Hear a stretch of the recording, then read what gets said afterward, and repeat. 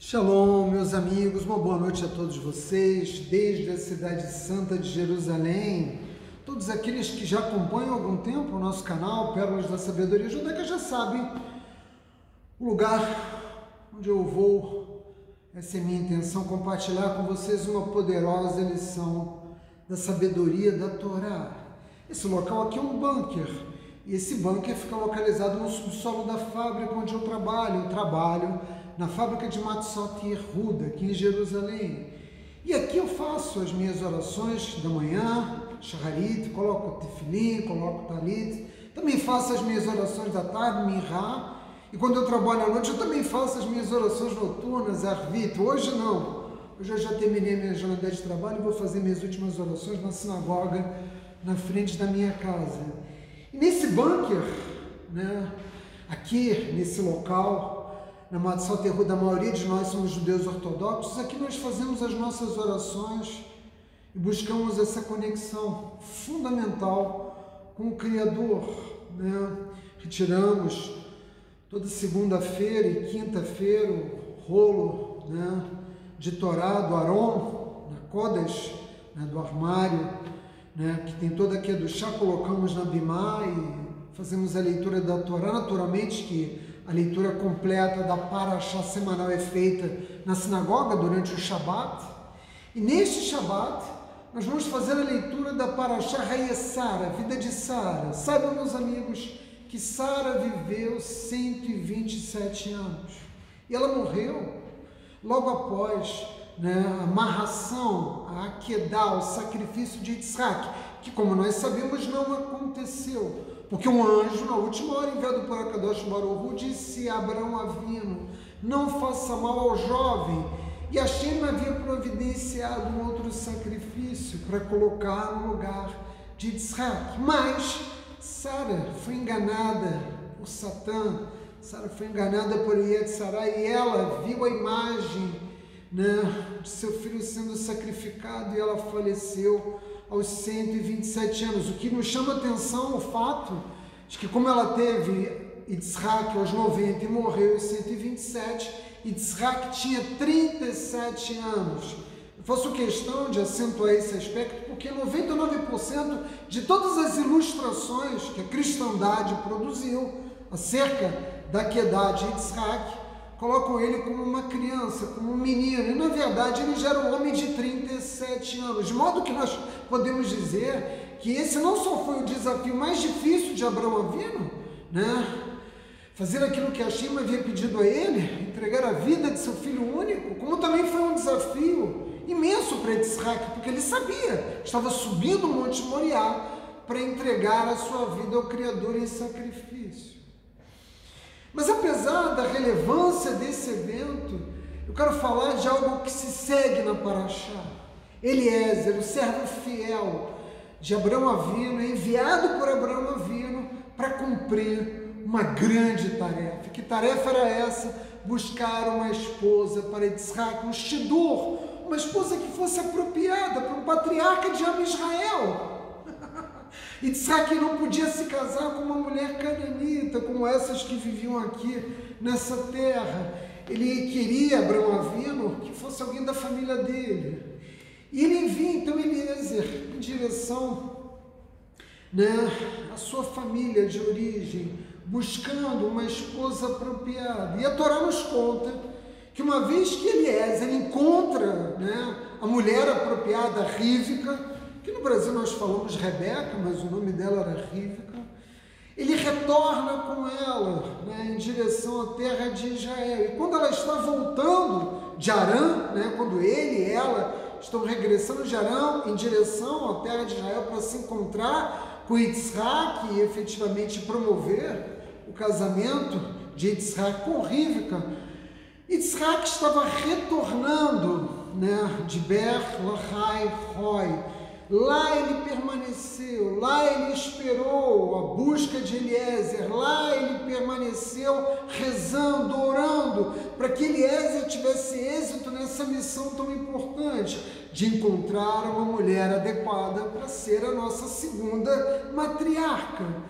Mas esse fato é um fato que normalmente passa despercebido da maior parte de nós. Afinal de contas, que lugar é esse? Ber Lahai Roi. Você se recorda? A Torá já mencionou esse local, mas a maioria das pessoas, né? Mesmo aquelas que estudam a Torá, não são chamadas a atenção para esse fato. Mas a Torá menciona, embora passe despercebido, não passou despercebido por mim nem por muitos comentaristas da Torá. Ber Lahai Roi foi o lugar onde Agar, depois de ter sido expulsa do acampamento de Abraão Avino, né, juntamente com Ismael, se encontra à beira da morte.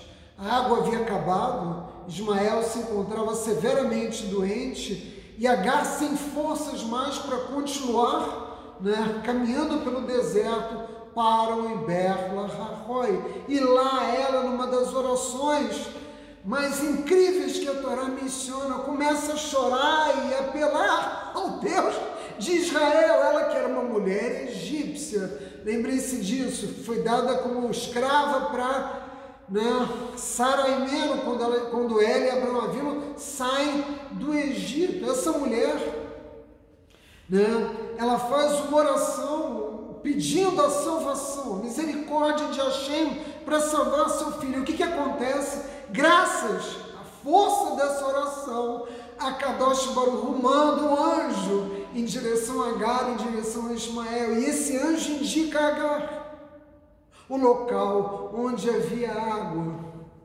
E como nós sabemos, Ismael se salva e Agar também. Agar depois vai retornar, né, ao acampamento de Abraão Avino, mas isso só depois da morte de Sara. E quando Yitzhak decidiu rezar para que Eliezer encontrasse esse estudo apropriado, ele foi justamente a esse lugar onde havia aparecido o anjo. E é evidente que os comentaristas da Torá vão perguntar, mas espera lá, né? Era necessário para Yitzhak ir a Ber Lahai Roi, porque lá havia aparecido um anjo, ele que vivia entre anjos, ele que vivia na casa de Abraão Avino, no qual não só havia uma legião de anjos, mas a própria presença divina. A casa de Abraão Avino, nós acabamos de passar pela Parashá, Vaierá, Lech Lechá, anjos visitavam Abraão Avino, anjos permaneciam protegendo Abraão Avino, milagres aconteciam o tempo todo. Sara era uma profetisa extraordinária e ela realizava o tempo todo grandes milagres. Jacó nasceu e cresceu num ambiente em que a presença angelical fazia parte do seu cotidiano. Ele estava constantemente tendo contato com essa realidade espiritual. Por que ele precisava ir a Ber Lahai Roi? Se ele tinha que ir ao lugar onde um anjo apareceu, ele tinha que ter retornado ao Monte Moriá, onde apareceu um anjo que salvou a vida dele, né, que impediu que Abraão Avino, né, o sacrificasse, o degolasse, como havia sido pedido por Akadosh Baruch Hu. Não parece fazer qualquer sentido. Por que Yitzhak escolheu esse lugar e não tantos outros, no qual, né, certamente anjos, não um, mas muitos, já haviam aparecido? Por que Ber Lahai Roi? Para Yitzhak, esse lugar é um lugar muito especial, porque lá ocorreu uma novidade, como nós chamamos, nós estudiosos da Torá, um hidush, algo inesperado. Aconteceu algo que fugia a compreensão a princípio de Yitzhak Avinu. Nesse lugar apareceu um anjo, não foi para um tzadik gadol, não foi para seu pai Abraão Avinu, não foi para Matussela, ou Noa, ou Adão Rishon. Nós não estamos falando, né, dos mais importantes sábios de todas as gerações. Apareceu um anjo para Agar, a mulher egípcia, aquela mesma, né, que dirigiu palavras tão duras contra Sara e que não soube educar corretamente Ismael, de modo que ele se tornou um homem perverso, e por essa razão Abraão Avinu teve que afastá-lo do acampamento, porque ele era uma péssima influência para Yitzhak. Mas para essa mesma mulher, que não era uma tzadeket, né, todos vão concordar, ela não era uma mulher justa, uma mulher sábia, mesmo para essa mulher mulher, num ato sincero de oração, né, ela teve o mérito de receber de Akadosh Baruch Hu que ele enviasse ninguém menos do que um anjo para salvá-la. Vocês podem imaginar o significado espiritual desse acontecimento e também nas vidas de Agar e de Ismael. Ber, Lahai, Roi para Yitzhak, simbolizava, muita atenção agora, simbolizava que Hashem escuta todas as tefilot do mundo. Ele não escuta apenas os grandes justos do povo judeu, ele não escuta apenas os judeus, mesmo os que não são tão justos, ele não escuta só os grandes sábios de todas as gerações. Hashem escuta todas as tefilot de cada uma das almas que a Kadosh Baruch Hu criou, não só as orações dos grandes Sadikim, Ber, Lahai, Roi, foi o lugar que Yitzhak percebeu que mesmo pessoas que não têm grande mérito, que não alcançaram grandes níveis espirituais, e que não importa quem elas sejam, que não importa os erros que elas tenham cometido ao longo de suas vidas, elas podem, num momento de contrição verdadeira, num momento de oração verdadeira, de comunicação com o Criador, elas podem receber a ajuda dos céus, elas podem ter até o mérito que o Criador envia até elas, um anjo que traga salvação, que traga redenção na vida de cada uma dessas pessoas. Portanto, não importa o nível em que você se encontre, e Yitzhak Avinu nos revela essa sabedoria através do seu ato, através da decisão de rezar nesse lugar.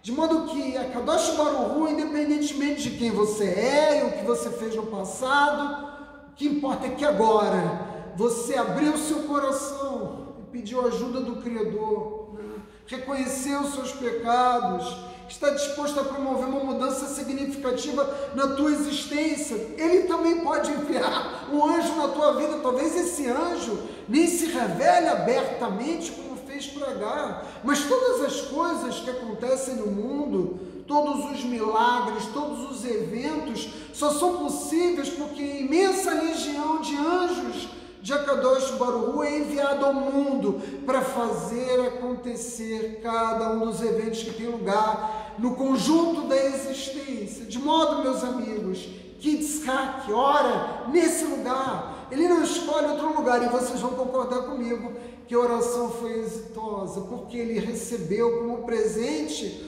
uma esposa que também, como Sara, era uma profetisa, que também realizava grandes milagres, uma mulher extraordinária, como nos revela a própria Torá.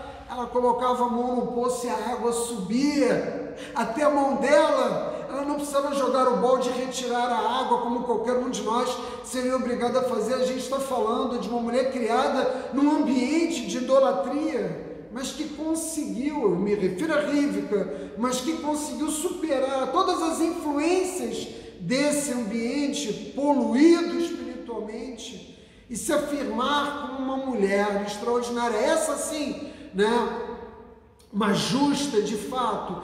Portanto, as orações de Yitzhak Avinu foram muito exitosas, a sua decisão de rezar nesse lugar foi muito exitoso. E para ele foi um lugar também de grande aprendizado. É preciso entender isso também. E Yitzhak Avinu está vivenciando as experiências que vão torná-lo, depois da morte de Abraão Avinu, nosso segundo patriarca. Alguém extraordinário, alguém excepcional. E qual é a lição que nós tiramos de tudo isso? São as lições evidentes. Hashem está próximo de todo aquele que o chama. Hashem está próximo de todo aquele que com sinceridade o busca. Hashem está próximo de todo aquele que deseja de fato uma comunicação com o Criador. E essa comunicação, meus amigos, se faz por meio da tefilá, da oração. Nós sempre podemos falar com Hashem. A Torá está revelando isso aqui nesse episódio, nessa pequena passagem da Torá está revelado que nós sempre podemos falar com Hashem. É óbvio que nós não temos que ter a expectativa de que seremos atendidos em tudo que nós pedimos ao Criador, mas temos a certeza de que o nosso pedido vai chegar ao conhecimento do Criador, porque é uma oração, né? Com o coração na mão, uma oração, né? Com kavaná, com intenção, ela rompe os portões celestiais e chega até o trono de Akadosh Baruch Hu. Nós podemos nos conectar com o nosso Pai Celestial que se encontra nos céus, e nós só precisamos fazer um momento de pausa, nos sentarmos, nos concentrarmos em oração, nos comunicarmos com a divindade. Tudo é possível. Não existem limites para os milagres que podem acontecer nas nossas vidas. E tudo se nós compreendermos que nós temos essa linha direta, esse canal permanente com o Criador. Yitzhak Avinu nos ensina isso através da sua experiência. É ou não uma lição extraordinária, meus amigos? Vai!